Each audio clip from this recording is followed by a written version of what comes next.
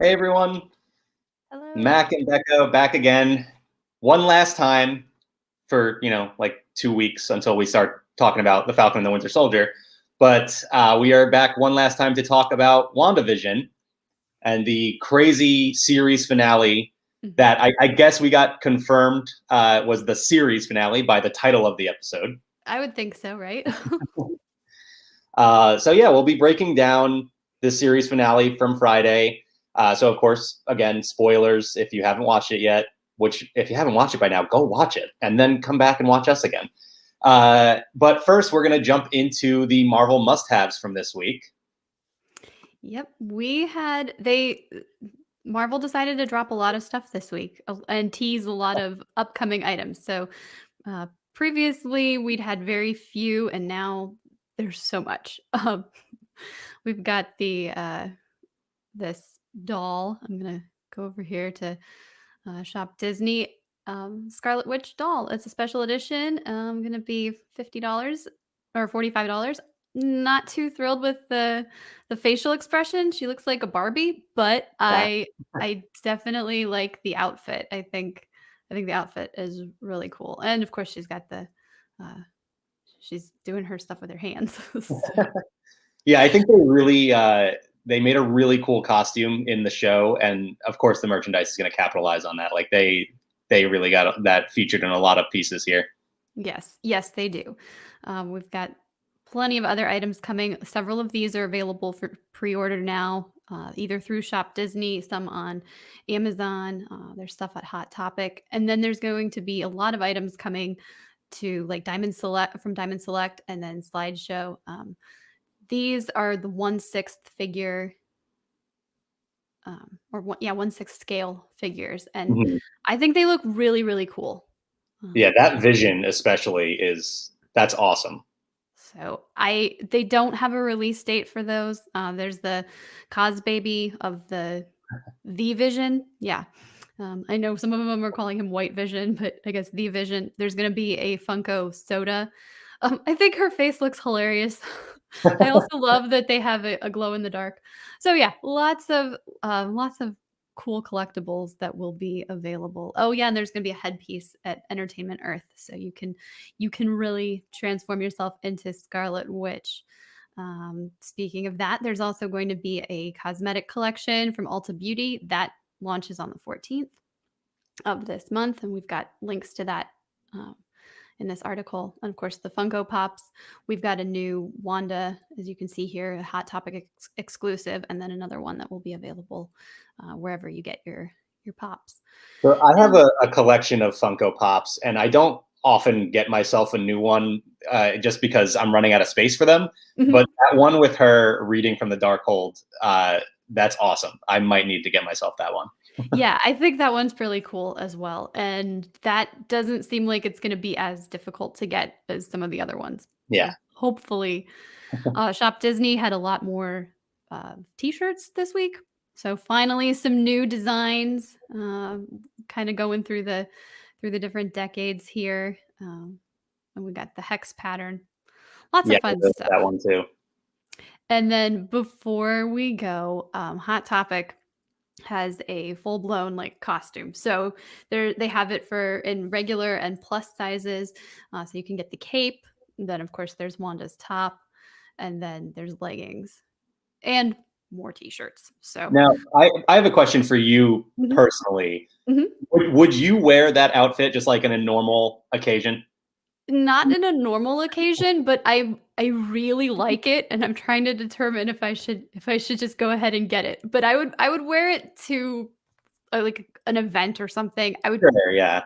No, maybe it's really cool, and it's like just barely strange enough to be like, you're not going to wear this to work or something. right. Actually, I could see myself wearing the different pieces, maybe not together, but like I would wear the top with like jeans or something, and then I might wear the leggings with just a different top if I'm doing something Right. um, that where I don't need to look as professional. But hopefully Shop or not Shop Disney. Hopefully Run Disney will bring back some Marvel races, and I would definitely There wear you that. go. Yeah. So, oh, and I like the baseball cap. I know we're spending a lot of time on merchandise right now, but there's your like Kevin Feige cap, right? Like, That's exactly what I was thinking when I saw that. Yeah, that's Kevin Feige hat if I ever saw one. and then GameStop has a jewelry set, so you can get the sword necklace and then Wanda's headpiece. Yeah, which I thought that was weird because I saw these two pieces and then saw that they were from GameStop. That's not where I would expect to find those. No, and I'm sure there'll be more stuff coming throughout the next couple of Right. weeks. But yeah, so that's it for the merchandise for today.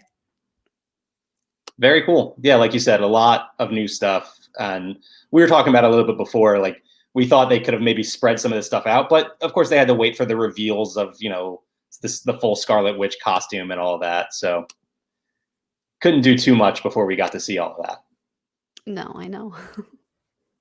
So let's go ahead and get into the WandaVision finale. Let's do it.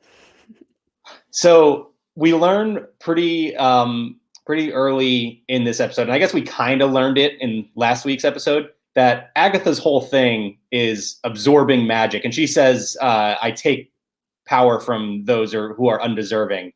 And this episode jumps in right where the last one left off. So this whole episode is pretty much just the big boss battle, right? Like this is the big fight at the end of the game. So really waste no time just jumping right into the action. And we see Agatha, absorbing some of Wanda's energy. So when you saw that, because I saw that and I was just like, so how is this going to happen? How is the fight going to happen here? It doesn't look like anything can be done. Right. No, I know. Yeah, it didn't seem like there was much to escalate to. Right. Just like, But so Wanda does figure something out, and she uses her powers to hit Agatha with a car and created this, what I thought for sure was a Wizard of Oz reference, like the witch getting hit with, well, I guess it was a house, but it kind of looks like she was hit with the house and her boots kind of sticking out. Thought that was pretty funny. Yes. Yeah. And we've seen several other references to Oz throughout the series. So definitely appreciated that. Yeah, it fits with the early, the era of the early episodes of the show and everything. So that was really cool. And then it doesn't take long for us to get introduced to what I'm going to call bad vision, because we're going to have good vision. And there's a lot of different ways we could title them. This just seems like the simplest way to do it. So bad vision shows up. And Wanda, this is the first time Wanda sees bad vision. And, there's kind of this moment of like, is he going to recognize her? Is this, is he going to flip sides so quickly? And he makes it seem that way. And then he immediately tries to crush her skull with his hands. Yeah. Which, if there are any Game of Thrones fans watching, I immediately got flashbacks to the mountain. So yeah. I viewed that whole segment with my face covered. Yeah. Because I was pretty sure they weren't going to just end it right there for Wanda, but you never know. Right. We've been scarred by TV in the past. Yes. So we do get what we expected, the Vision versus Vision fight, as good Vision shows up just in time to save Wanda and just flings them into some poor person's RV, just gets blown up as a prop in their fight. So yeah, that adds another layer to this big fight. So we got Wanda and Agatha going at it, and then we've got Vision and Vision. Mm-hmm. So pretty much what we expected from this, right? Like this whole thing was just going to be this big climactic battle. But as they go off into their separate fights, we do see that Monica, who we were wondering from last week's episode, what's going on with Monica? She is trapped in Agatha's house for now, at least that's what we know it as. And Pietro is guarding her and not letting her leave. And he actually uses his power to kind of just flick her over at one point. So we see what's happening. We know now that Monica is captive and Pietro is still, just more or less his strings are being pulled by Agatha. Mm-hmm. So, that was one of the big answers, I guess two of the big answers that we got right off the bat that they did very quickly. And at this point, with how much already has happened, we are like maybe 3 minutes into the episode. So a lot happens in this finale. They go back to the Vision versus Vision fight. And I really liked that it wasn't just, the two of them punching each other over and over. It was Vision, good Vision, tries to reason with bad Vision. And that makes so much sense for the character. He's not just this, violent superhero gonna, take out my opponent no matter how I have to do it. He tries to actually reason with them and get information from bad Vision and see how they can solve this peacefully. So I really liked that they went in that direction, at least very briefly. Right. Yeah, I agree. And he kind of, he didn't do that with Ultron, but they even had an exchange where, so yes, you're right. It's very true to the character and, trying to, trying to meet them on some equal ground. Right. And then of course that does come back later on, but we'll work our way there. We then get a shot outside of the Hex, and this is where we see Jimmy Woo again. And he is in custody with for Hayward and Sword. Now, I don't know if I'm forgetting something. I rewatched everything pretty recently. Why is he in Sword custody at this point? Yeah, that's a great question. Because the last we saw, he was with the team that delivered the rover. Yeah, and right after Monica had gone back into the Hex. Yeah, that was the last we saw of him. So where's everybody else? Did they leave him? Was he like, I'll just head back to Sword and see if I can save the day? Yeah, Goodner and the rest of that team are just gone. I'm guessing Wu was trying to get more information on, what's happening with Monica inside the Hex and, try to sneak back into the Sword facility. But we never see any of that. So we're just left to assume all of that happened, which I thought was a little weird. And this is what we talked about last week, with last week's episode not really giving us much new information as far as the story progressed. I was kind of worried that fitting under an hour runtime for this finale, they were going to leave some stuff out and kind of skip over some things. And it did feel like that to me. I don't know. Did you get the same kind of feel? Yes. It definitely was like, it almost felt like there wasn't enough, and also almost like too much too fast. Like exactly. You said, 3 minutes in and we've had all of this stuff happening. It's like, we've got to condense everything into a short runtime. But yeah, it felt like we could have had another 20 minutes or so. Right. Yeah, I would say so.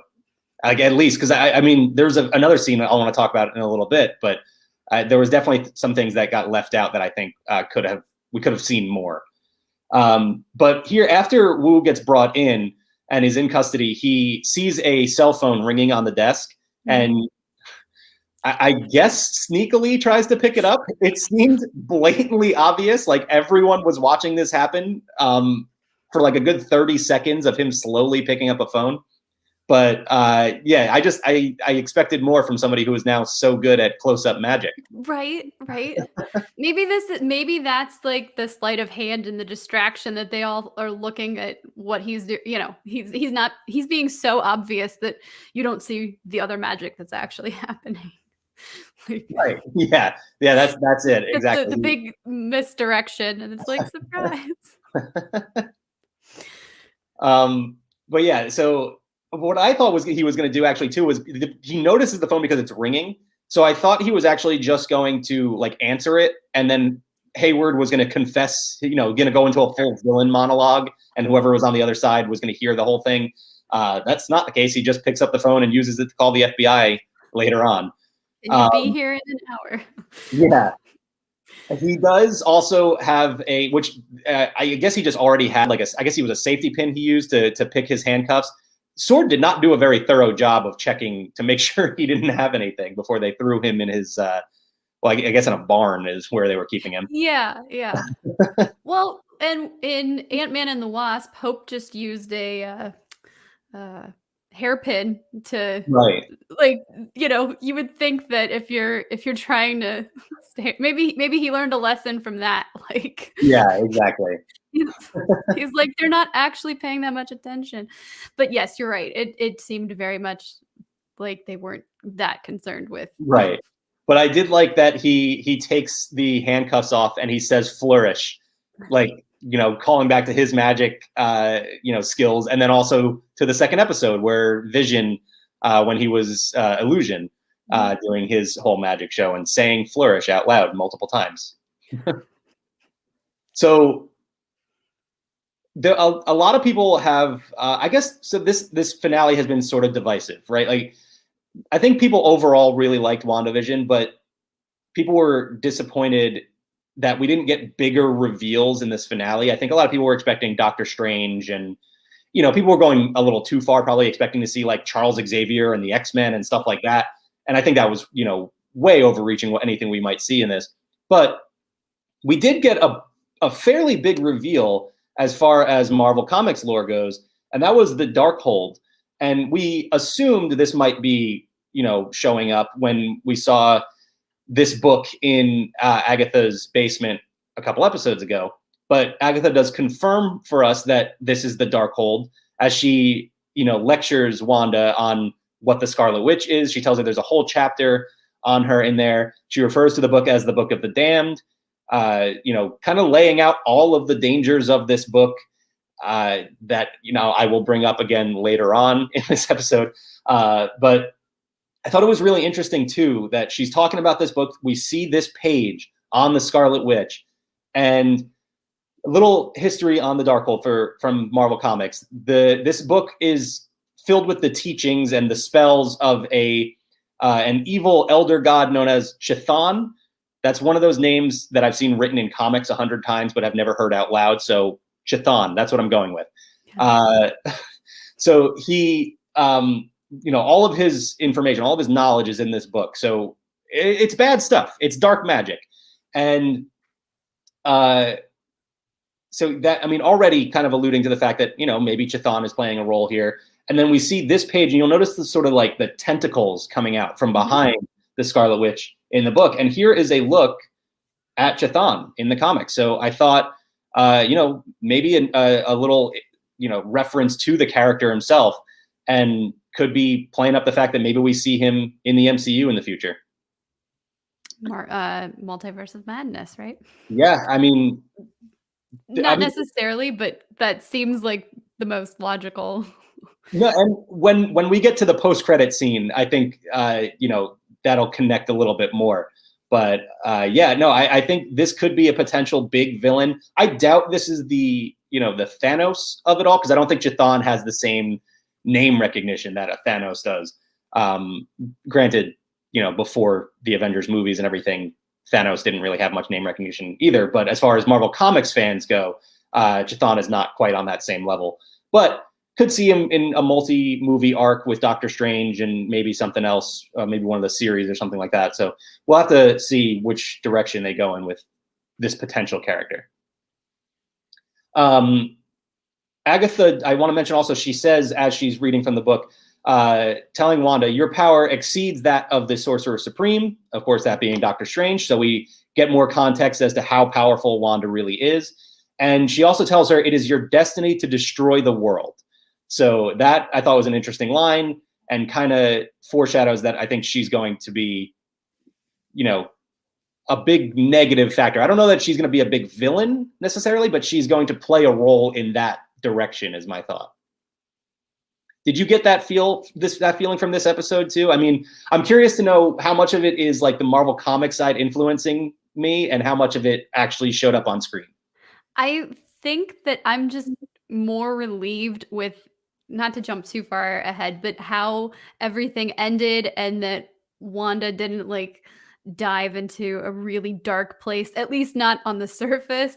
And so I didn't, I figured that like she's safe now. We're outside of any type of danger where things are going to take a deadlier turn. But I wasn't really paying that much attention to the Darkhold, and the fact that, that's part of this story as well. I think I'm probably leaning in the wrong direction. Well, I mean, that makes sense because if you're not a Marvel Comics fan, you're not going to think, oh, that's the Darkhold that has this, this whole big history behind it. You're just going to be thinking, this book has some knowledge on magic. So that makes sense. Another interesting note on the Darkhold. This is actually the third time it has popped up in the MCU. In different iterations. It was in Marvel's Agents of S.H.I.E.L.D., and then it was also in Marvel's Runaways. So I don't think it's not the same book by any means. Like, we actually see different versions of it in those two series. So I don't think they're going to pull from those at all. I mean, we've been pretty sure that, the previous Marvel series have been more or less removed from the MCU at this point. So just interesting that they keep going back to this particular, Marvel artifact. So Agatha then releases Dottie from her mind control. And I thought this scene was really interesting. And I know you were with me on this and actually probably steered me in this direction a little bit more than the other way, as opposed to the other way around. Dottie seemed like a really important character to us, right? Yeah, I definitely thought she was going to have some reveal of some sort where we're like, oh, she's also magical, or Right. the podcast that I listened to, even they wanted to interview Emma Caulfield, and they're like, why don't you wait until the finale? And so they're like, so hopefully that means something. And I was like, yeah, that probably means something. And then it's like, no, it doesn't mean anything. Yeah, I mean, she was a front runner to be Mephisto or, Right? Nightmare or something, just anything at all. And then she tells us she's Sarah. Yep. Oh, That, Sarah. that doesn't mean anything. Yeah, I did not have Sarah showing up in the MCU as, any of my theories. But yeah, so I thought that was pretty funny, though. Like we've been saying, they did a really good job of, anticipating what the fan theories were going to be, and then sort of just like poking at them all throughout, and in a huge way at the end, just like letting us know, like, you were all wrong. Yeah. So yeah, that scene in particular was interesting in that regard. I guess to jump ahead a little bit, I'm kind of grateful that everybody was wrong, that they were able to, they had their whole thing outlined, and it wasn't like, oh, well, half of the fans or this percentage of the fans are going to be happy because they figured it out and this percentage didn't. They're like, nope, none of you are right. Right. Yeah, and it's funny because if we go back to the beginning of all this too, when we were doing, even our first Marvel Monday, or we did a preview before WandaVision even started, I was saying in the beginning, I don't think there's going to be a villain. I don't think anybody's going to show up. I think Wanda is the antagonist. She's the protagonist and antagonist of this, and this story is just about, both sides of her. And then I bought into it more and more, and everything seemed to be piling up for Mephisto, and I was just like, all right, that's it. This is happening. And now we get down to the end of it, and I'm like, oh, I should have just stuck with my thought. Like, this is exactly what I thought it was going to be in the very beginning. And I am happy that we ended up back there, because I don't think, granted, yes, Agatha is sort of the villain here, and she pulled some strings along the way, or every evil string if you're listening to the song. But the main antagonist here is really still Wanda, right? I mean, she's the one that was mentally torturing people for weeks. And yes, Hayward did some bad stuff as well, and he's another antagonist in the story. But yeah, and here I want to single out a comment real quick. Yeah, I would agree with this. She's not evil, but she's reckless with her powers, and she's using them to make herself happy, regardless of the repercussions on everyone else around her. So, yeah, inadvertently still a villain there. How do you feel about Wanda and everything that she's done after this finale? How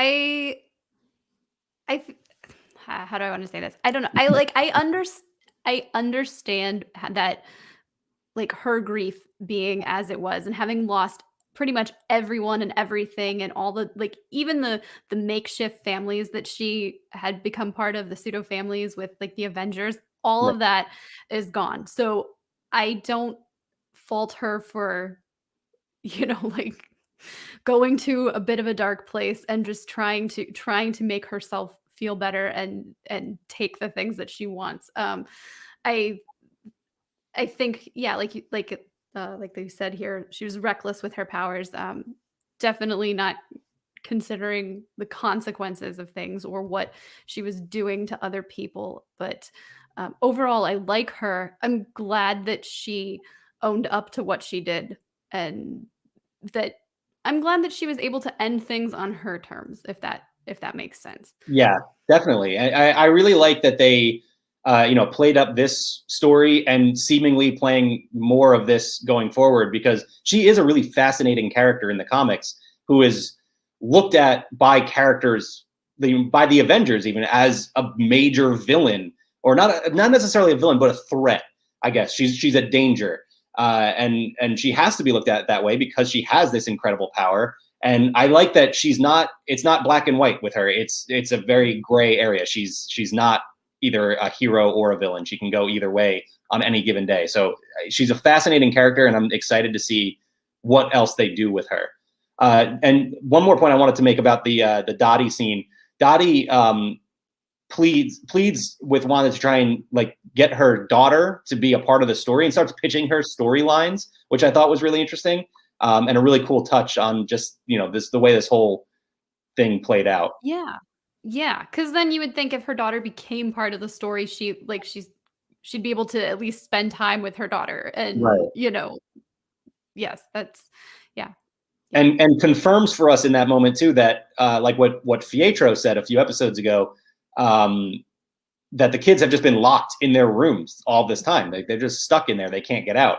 So yeah, I mean, just another layer to the things Wanda's been doing.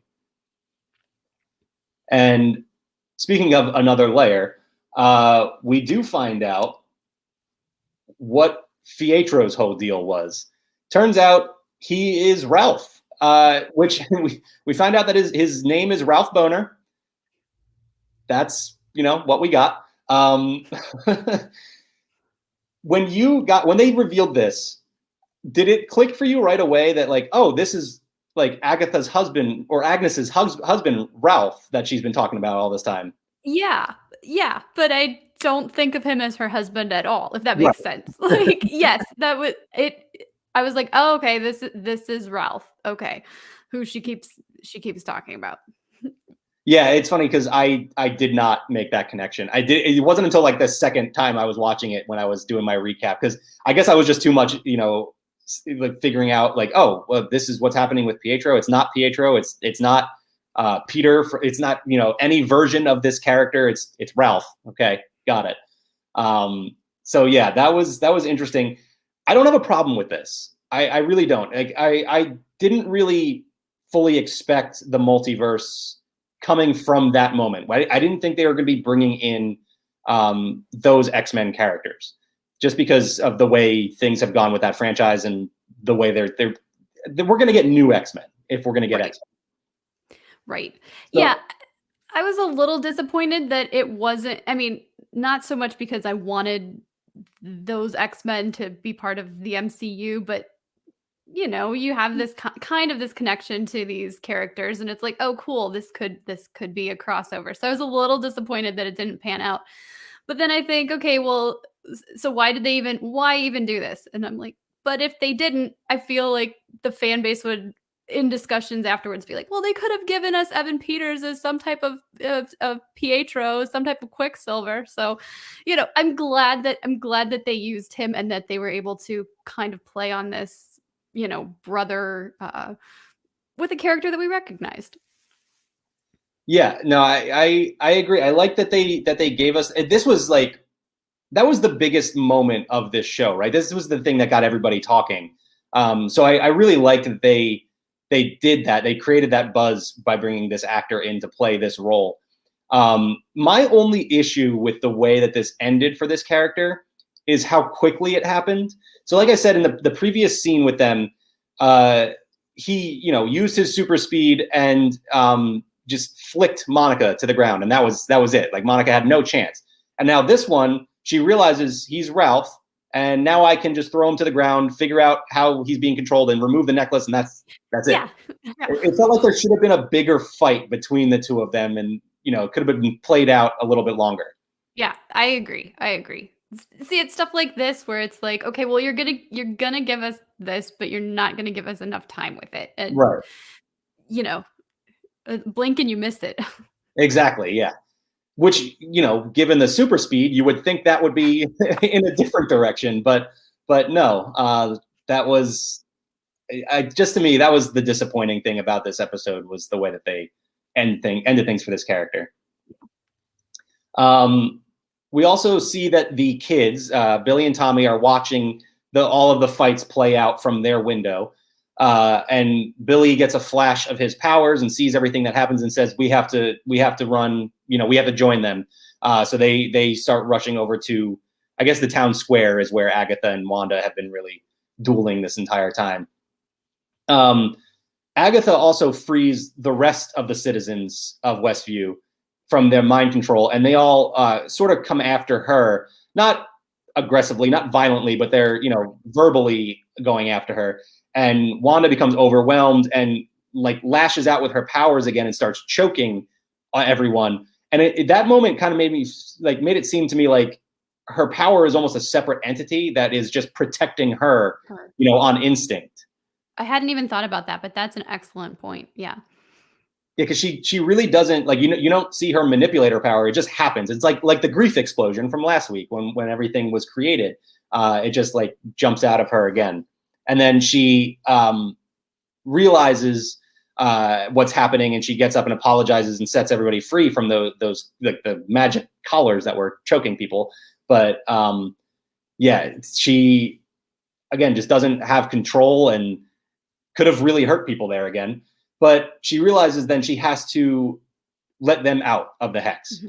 So she starts to open it up and tells everybody to run. But as this is happening, Hayward sees what's happening as well and uses this opportunity to get all of his sword agents into the hex to surround Wanda. And Wanda quickly finds out too that, and by the way, Agatha is urging her to do this all this time too. So she is trying to get her to end the hex. And Wanda sees that opening the hex like this is killing Vision and tearing him apart the way we saw when he was leaving the hex. Mm-hmm. I don't remember, episode 5, episode 4, something way back then. But we also see that it is affecting the boys in the same way. And this is the moment where I mean, we kind of knew this was coming, right? We knew we were going to get that moment where Wanda is going to have to either, destroy the hex and her family, or she's going to just keep the hex going. But this seems to be the moment where Wanda really realizes it. And that's when we know, the ending of this is not going to be happy. But she presses pause on destroying the hex, probably smart because they have bad Vision and Agatha and Sword to deal with. Mm-hmm. And she's going to need all the help she can get. And that's when we get the Incredibles pose. All I could hear was Syndrome's voice in my head. Just, it's a whole family of supers. Right. So pretty funny that they referenced this movie in on the as you can see on in this image here, the movie theater in the background. They had the Incredibles back in the Halloween episode up on the marquee there. So pretty cool that they gave us this moment. It was pretty funny. Yeah, no, I agree. So then that sets up the whole, I guess, the final version of the big boss fight here. Wanda's going to go back and take on Agatha, Vision, and then the boys are left to deal with the military. The first thing we see is the Vision fight again. And Vision, like we said before, he uses logic to try and work his way out of this fight without actually having to fight himself. Bad Vision. And we get the what is 100% going to become a meme in the future is just Bad Vision saying, "I request elaboration." I think a lot of people have actually already been using that just for the finale in general. That makes yes. So we can jump ahead with this a little bit. Vision uses the ship of Theseus paradox to confuse Vision, or to break his concentration more or less, because his Bad Vision's mission is to destroy the Vision. But if they're both the Vision or neither one of them is the Vision, I mean, am I getting that right? Like, you understand the ship of Theseus more than I do, I think. Not totally, but yeah, yes, I think you got it exactly. Okay. So yeah, this quote unquote fight, this mental battle, I guess, continues on while Wanda and Agatha have their duel continuing outside. And Agatha actually uses, in the typical like villain move, to like uses the humans as a prop, and like threatens to kill the Sword agents. And Wanda, despite the fact that Sword has been, causing her all kinds of grief for a while now, saves them to show that, again, she's not a villain, she's not a hero, but she's in between. She knows what's right and wrong. So when she can control it, she's going to. So she saves them and then tells the boys, deal with the military. I think she says like, "Mommy will be right back," or something like that, which is an awesome line. And then goes to deal with Agatha again.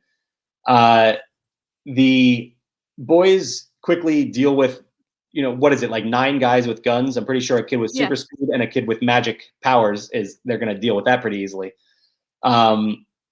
Hayward then steps out of his truck and fires like 6 bullets at the boys in what is an unfortunate end for like his like big final stand is Hayward coming out and shooting at children.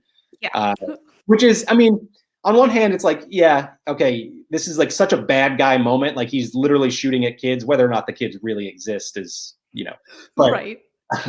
On the other hand, though, it's like, well, we kind of looked at him as this big bad guy, and then it's like, that's it for him. But he steps out and shoots at the kids, and Monica is there just in time, and we see her get hit with the bullets, but she kind of takes the form of light, as we've talked about before, and the bullets kind of just phase through and don't affect her at all. So cool to see Monica's powers. I was hoping we were going to see a little bit more with her, like actually have her join in on the fight. Yep, I was thinking that as well. Or even the 3 of them there, that there'd be a little bit more to showing a little more of their abilities and powers. But I figure we're probably going to get much more Monica in Captain Marvel 2, and maybe some other stuff. Even before that, I think we're going to see her in Miss Marvel, because I'm pretty sure Brie Larson as Carol Danvers is going to show up in that as well. So I think we'll be seeing both of them there. And that's later. Well, should be later this year. We'll see how things go by the time we get there. But so, like I said, Hayward fires his 6 bullets. That's sort of his last stand. He takes off in his truck, doesn't get very far before Darcy hits him in a funnel cake truck. And that's how everything ends for Hayward. Yep. Also, unfortunately, though, that's how everything ends for Darcy. Like, she just comes up and says, enjoy prison or something along those lines. And that was it. That was the last we saw of her. I was disappointed by that, too. I know. She didn't even get out of the car. I'm like, come on. Yeah, was she not there to shoot these final scenes or something? Like, they just couldn't use her in the finale? I don't know what the deal was, but I would have liked to see more from Darcy. Me too. And we get back to the Vision fight, as we talked about the ship of Theseus being used to sort of disarm Bad Vision, and Good Vision then unlocks Bad Vision's memories, and everything comes rushing back. Would have been interesting to see more of an emotional reaction from him, I guess. I mean, again, he's a machine. He doesn't have emotions, but we've seen this character progress so much in that way. But all he says is, "I am Vision," and then flies off. Probably would have liked to see something else from him. We actually joked on the podcast that it would have been really funny if we got a post-credit scene like the exact post-credit scene from Captain America: The Winter Soldier, where Bucky shows up in the museum just wearing the hat. Just do the exact same thing, but have Vision. Just do it, have the hat and staring at a museum exhibit. I thought that would have been really funny.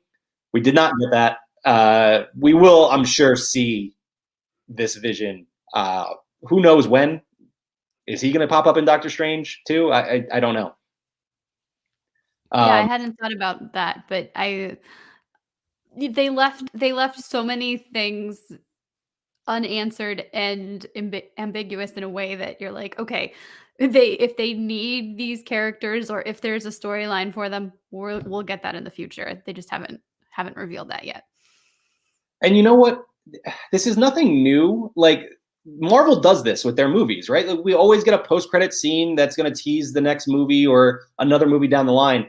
I think what makes it harder right now is the uncertainty of everything, because, like, yeah, we know Black Widow is still scheduled to come out in May, but is it? We don't really know. So if that's the case, if that gets delayed again, then Doctor Strange gets delayed again. And who knows when we actually see this story play out. And I think that is what's frustrating people a little bit more is, we don't know when we're going to get these answers to these questions. So that's the unfortunate side of things. Hopefully things can stick to the schedule that we have laid out in front of us right now. I know. Because, we already have to wait. I think it's a little over a year for Doctor Strange too.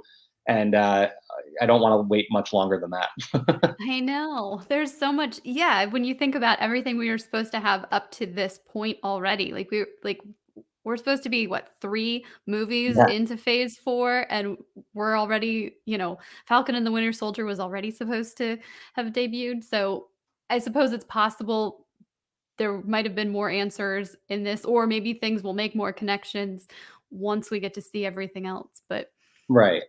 Maybe they had to cut some stuff out just because we haven't seen it yet, and you don't want to spoil your movies before people can see them. Right. Well, that's a good point too. But also, I think scheduling conflicts became issues in getting actors out to the locations, and they might have had to change some things because of the way that those sorts of things played out. I mean, we can say this now. Benedict Cumberbatch is somebody we thought we would see in this show for sure, popping up in maybe the post-credit scene or something. And maybe it was just that the way that schedules got moved around, he was already off filming Doctor Strange 2 or even Spider-Man 3, or he could have been just unable to travel at that point. So anything like that could have played a factor in this as well.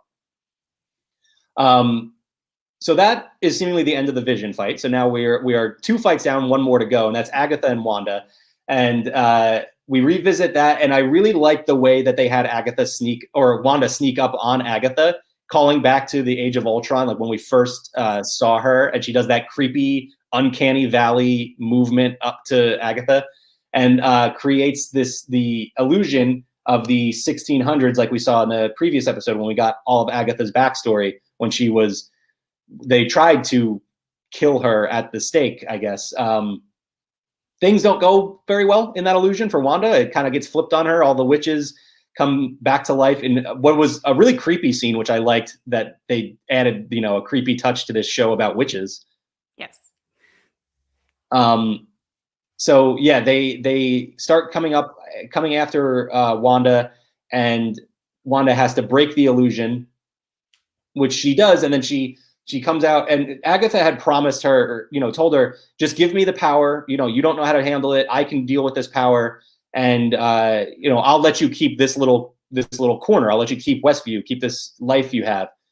And so Wanda becomes frustrated. She breaks out of the illusion, tackles Agatha, and tells her, if you want it, you can have it, and starts, throwing her wiggly woos at Agatha. And Agatha is absorbing it all, and sets up that moment where she's going to, deliver the big final blow, and she can't do it. And it's revealed that the runes that we saw last week have been placed up around the hex. So Wanda is apparently a very fast learner. In just the quick explanation of how runes work from Agatha last week, she learned how to do that herself, and that blocks Agatha from using her magic, which was a really cool scene, I thought. Yeah, I think so too. It was Because I recognize them instantly. Kyle's like, "What is that?" I'm like, "They're the runes." She's put her own, protection spell on the hex. yeah, we talked about that on the podcast too, and I'm kind of in between the two of you, because I saw the first one, but I couldn't really make out the shape of it or anything, and then they showed the second one, and I was like, oh, okay, now I see what's happening here. So I didn't recognize it as fast as you did, but still a step ahead of Kyle. So I will credit for that. um, so Wanda then sort of absorbs all the power back from Agatha. We see the full Scarlet Witch costume, which unfortunately is kind of hard to see in this particular image. You don't really get too good of a look at it, but she has, the headdress and everything. Which another question for you, being somebody who covers all the merchandise all the time. What else? Is there another name for that? I just go with the headdress. I mean, I've been calling it the headdress. In the Powers of a Girl book that I read, they called it a whipple, I think, which is also something I think nuns wear. I think I'm saying this correctly, but yeah, I think headdress is probably the Yeah, it best. just felt like the most generic, like basic term to go with. So that's what I stuck with. I did see something. Sorry, I should say. I think they called it a tiara on for the Entertainment Earth headpiece that's coming. So Yes. I don't know what. I mean, it's kind of a tiara, but I really don't think that she's like, I'm gonna grab my tiara and go go fight. Well, I'm guessing because of the one that they're selling is also going to have a piece that like goes around like the back, and that's what That's makes true. the Yeah. tiara. I don't know. Maybe that's how hers works too. I'm not sure. But yeah, just had to ask because I didn't know what to call it. But yeah, we do get the Scarlet Witch costume, which I thought they did a really great job with. I think this look is really cool, as we talked about a little bit with the Marvel must-haves as well. So I'm looking forward to seeing you wear one for the one of our future videos. There we go. Yeah, I was really pleased with her costume. I thought it looked really cool and something I'm like, "Oh, I wanna wear that. I definitely wanna wear that." The last time I was so excited for a Marvel costume was what Black Widow wears in Age of Ultron. She's got that, like, bodysuit, but it's got the cool blue, like, glowy stuff on the side. I Right. was like, "I want that, and then I want this." So basically, just by taking all the power back, Wanda wins this fight. Agatha is done. And she says, "What, are you going to lock me up?" And Wanda tells her she's going to leave her here in Westview, and turns her back into Agnes, makes her the character that she was, that she was pretending to be. My question is, if she's going to leave her here as Agnes in Westview, where is she going to live? Agnes is not a real person. She doesn't have a house there. Yeah, I wondered about that too, and I wondered, is it because they had the battle at the Hex and she's like, has she totally disarmed another witch that there's no way that Agnes can let herself out? Right. Yeah, well, I think it's like the mind control again. So there's like she's just gonna think I live here in Westview, but like, is she just gonna go back to her house where Ralph is now living and just gonna, It's you know, just gonna try and take over and be like, no, this is my house. I'm Agnes. I live here. yeah, yeah, I guess she could give her the lot that they were gonna that's build a house. true. Before she does get transformed back into Agnes, though, Agatha does say, "You're gonna need me," and Wanda says, "If I do, I know where to find you." And that makes me think, she's going to come back in the future. I think Wanda is going to need a teacher at some point and might have to come back to Agatha, which I think could be interesting. Yes, indeed, and I don't think anybody would be disappointed with more Catherine Hahn Right. in the MCU. Yeah, we've praised this whole cast really up to this point, but in this episode in particular, I think Catherine Hahn really took it to a new level that I've never seen from her before. Usually, she's like smaller characters and doesn't get to be like that huge, like larger than life kind of character, and she nailed it here. That the adrenaline wears off after all the big fights, and we kind of realize, now we're in for it. Here comes the waterworks with this these goodbye scenes that are coming. And first, and I'm curious as to how you felt about this, but Wanda and Vision say, this emotional goodbye to their kids. They don't tell them what's happening, but we know what's happening. But this scene didn't hit me nearly as much as the next one did. Yeah, I in the same boat. I appreciated the way, like, I could understand why you would tell your kids, why you wouldn't explain everything to your kids, what's gonna happen.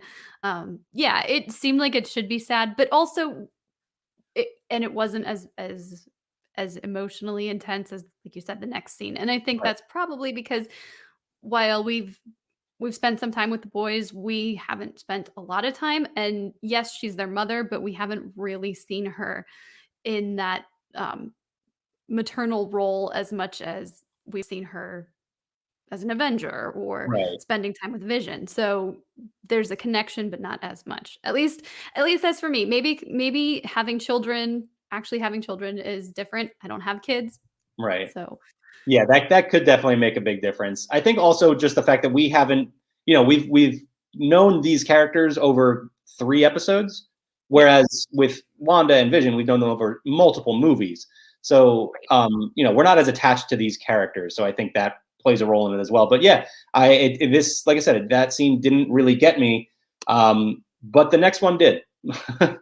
And I mean, uh, Paul Bettany just has a way of destroying us with some of these lines, right? I mean, last week it was the what is grief if not love persevering, and then this week it's actually both of them that deliver it. But he says,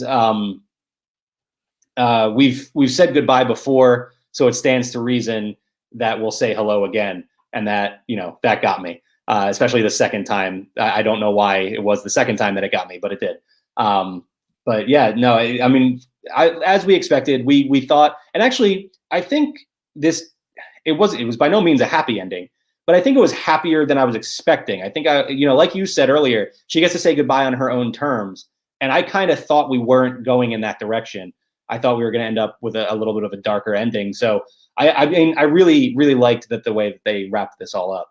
Yeah, I agree, and I fully expected it to be, like you were saying, a darker ending. So it was nice that they were able to do that.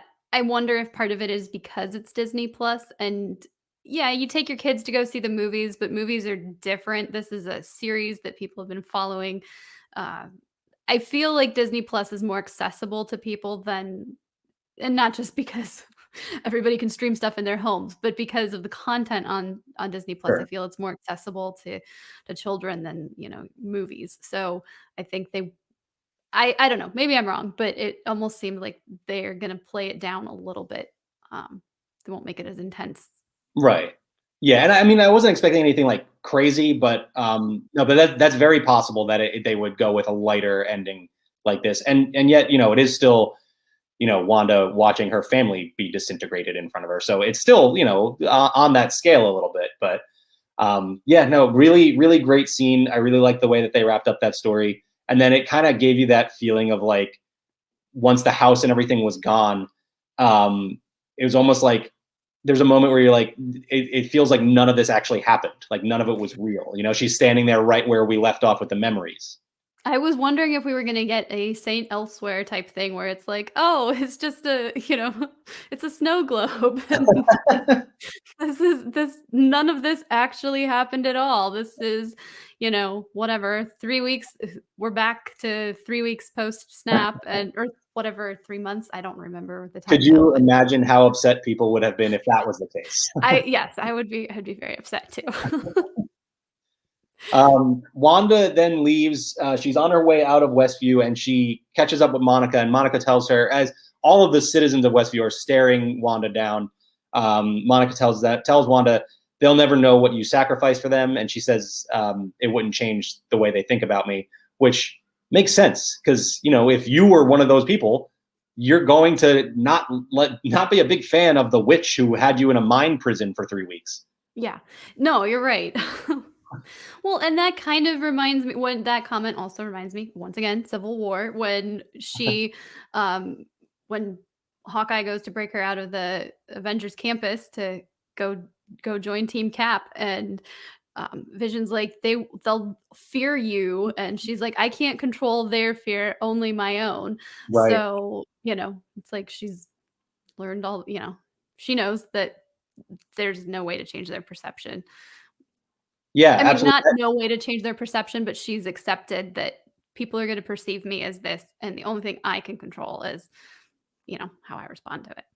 Right. Yeah. Like that moment is a summary of this character's entire arc over the course of the MCU. So yeah, I thought that was a really cool little moment right there. And then Wanda does fly away. She doesn't take her little Her Buick. Buick. She flies off on her own. Looks back at Westview and then takes off, and that's the end of it until we get to the mid-credit scene. And yes, we have a mid-credit and a post-credit scene in this episode. So the first one, we see, Wu in there with the FBI mopping everything up, and Monica is there. No Darcy. They point out Darcy's gone. Debriefs her for the week, I believe she said. Monica then gets called away by an agent. They bring her into the movie theater. It turns out that agent is a Skrull. Yeah, I So, was so excited when that happened. I was like, "There you go, Mac. You called. You call." I don't know if it's the same one, but I was like, "There you go." right. Yeah. I mean, I have a list of questions from last week that we're going to get to at the end of this, but I'm happy that Skrulls showed up. It wasn't in the way that I expected, but with Monica being involved and her ties to Captain Marvel and all of that, it kind of felt like Skrulls should play a role in this. The Skrull agent here does say, "I was sent by an old friend of your mother's. He heard that you were grounded." So, I guess the first instinct is an old friend of your mother's. You might think, Carol Danvers, Captain Marvel. But then she says he heard you were grounded. And then when Monica asks where he is, she just points up, as you can see here. Makes me think Nick Fury is the one that they are talking about. So looks like Monica will be going up to meet Nick Fury. I did actually just think that as I saw this image come up.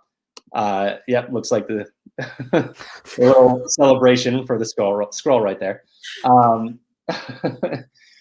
But yeah, so this actually, I think we talked about this on here a few weeks back, that there was a theory out there that in that post-credit scene where we see Nick Fury from Spider-Man Far From Home, there was a hexagon on the screen that in the background.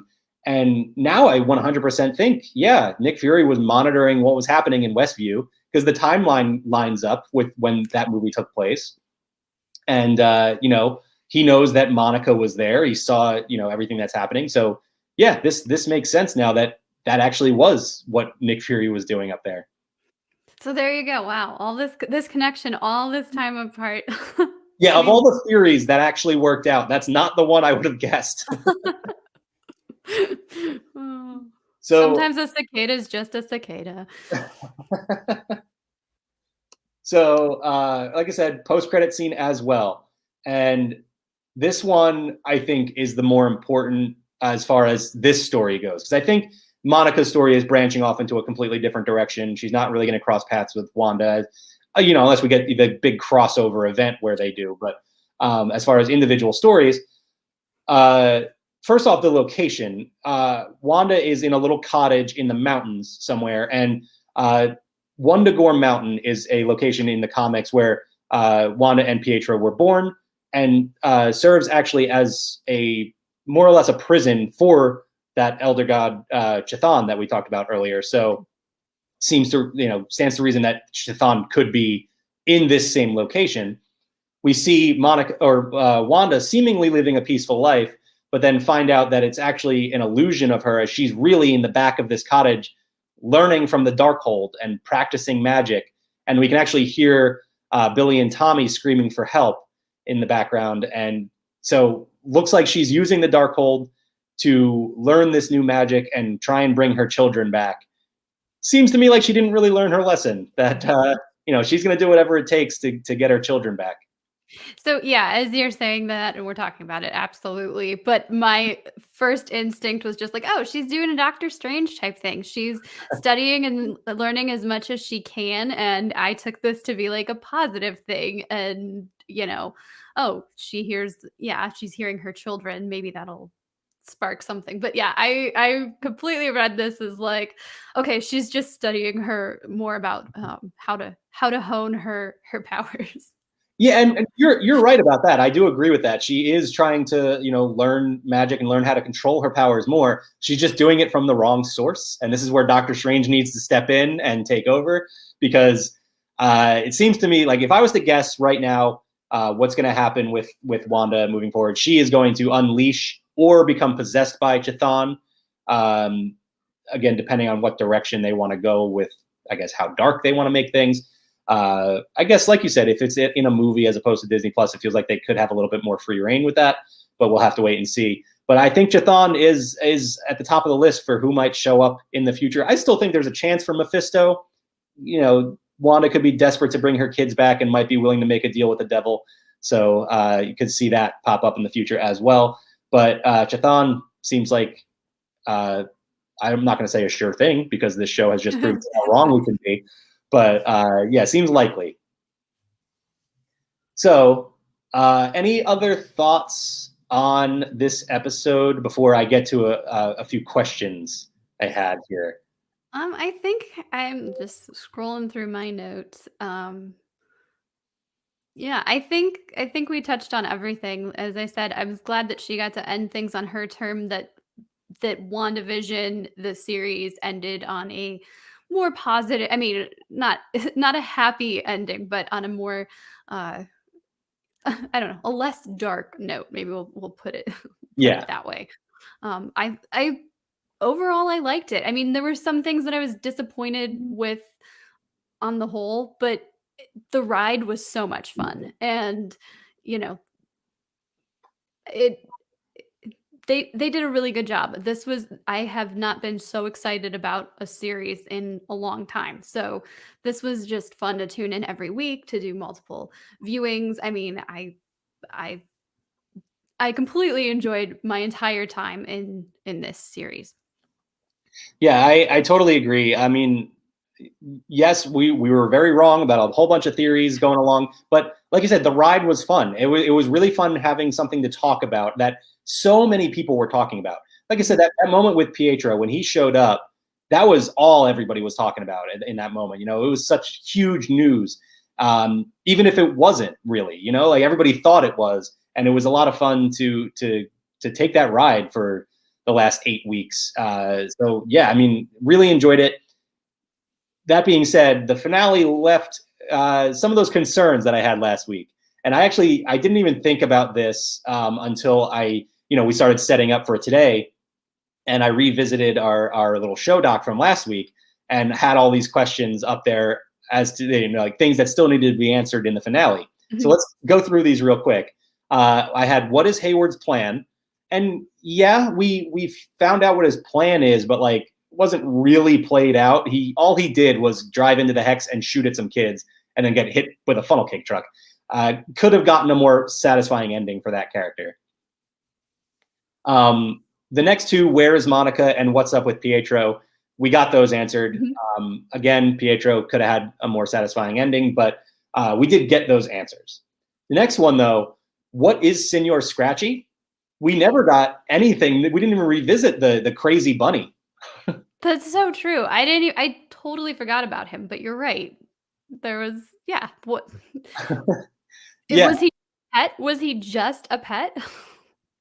Right. Yeah. I mean, I guess it was just Agatha's evil bunny. And now if she goes back to that house, is Senor Scratchy going to be there? And like, is he still trapped as a rabbit? If he is something more, I'm very interested to see, because clearly he's more than a rabbit. Right. He ate a bird last week. So, well, I don't know. Maybe Senor Scratchy will come back in the future. The next question was, why doesn't Wanda remember creating the Hex? I think we sort of answered that last week, just in terms of like, she doesn't remember how it happened. Like, she was just so overwhelmed with emotion that it just happened. Right.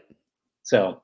And she didn't explore it further. She was just like, okay, it's here, and this is what I'm just gonna live in this, not try to figure out, okay, what led me to create this. Right. And we never got an outright explanation as to all of that, but some things can go left unsaid. That's fine.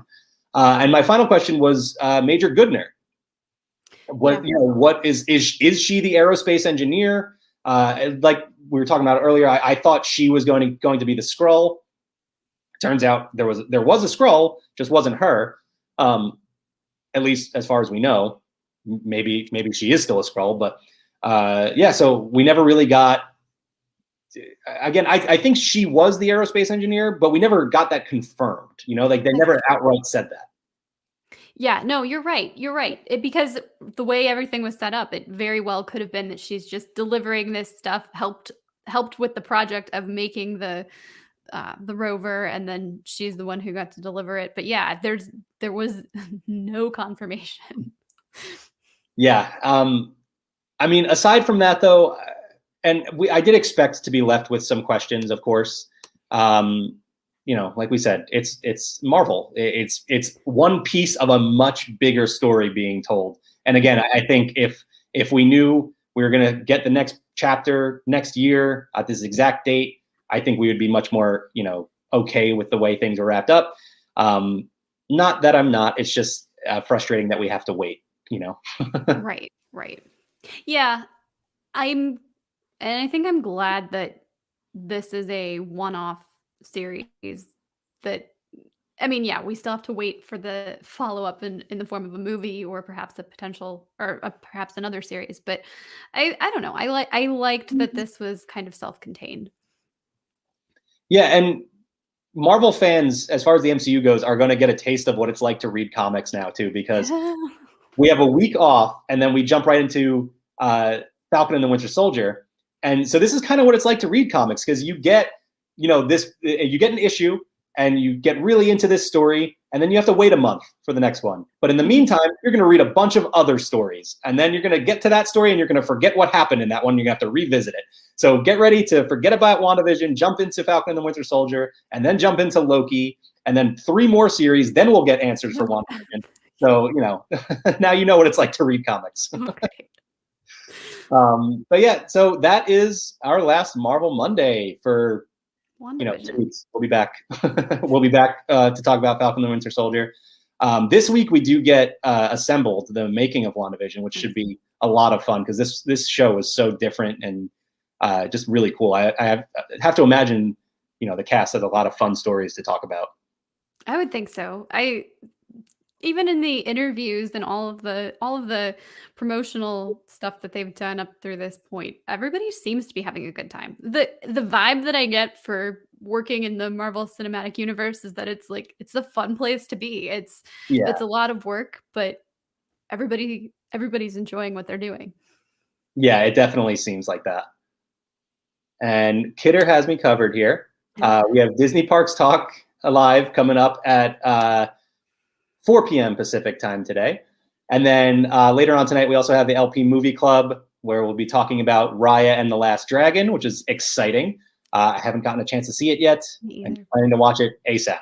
That'll be at 7:30 p.m. Pacific time tonight. More Marvel Comics Wednesday, Marvel time at 1 p.m. Pacific.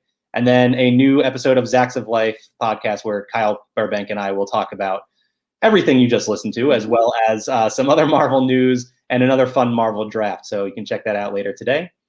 And aside from that, we will see you in a couple of weeks. Bye, everyone.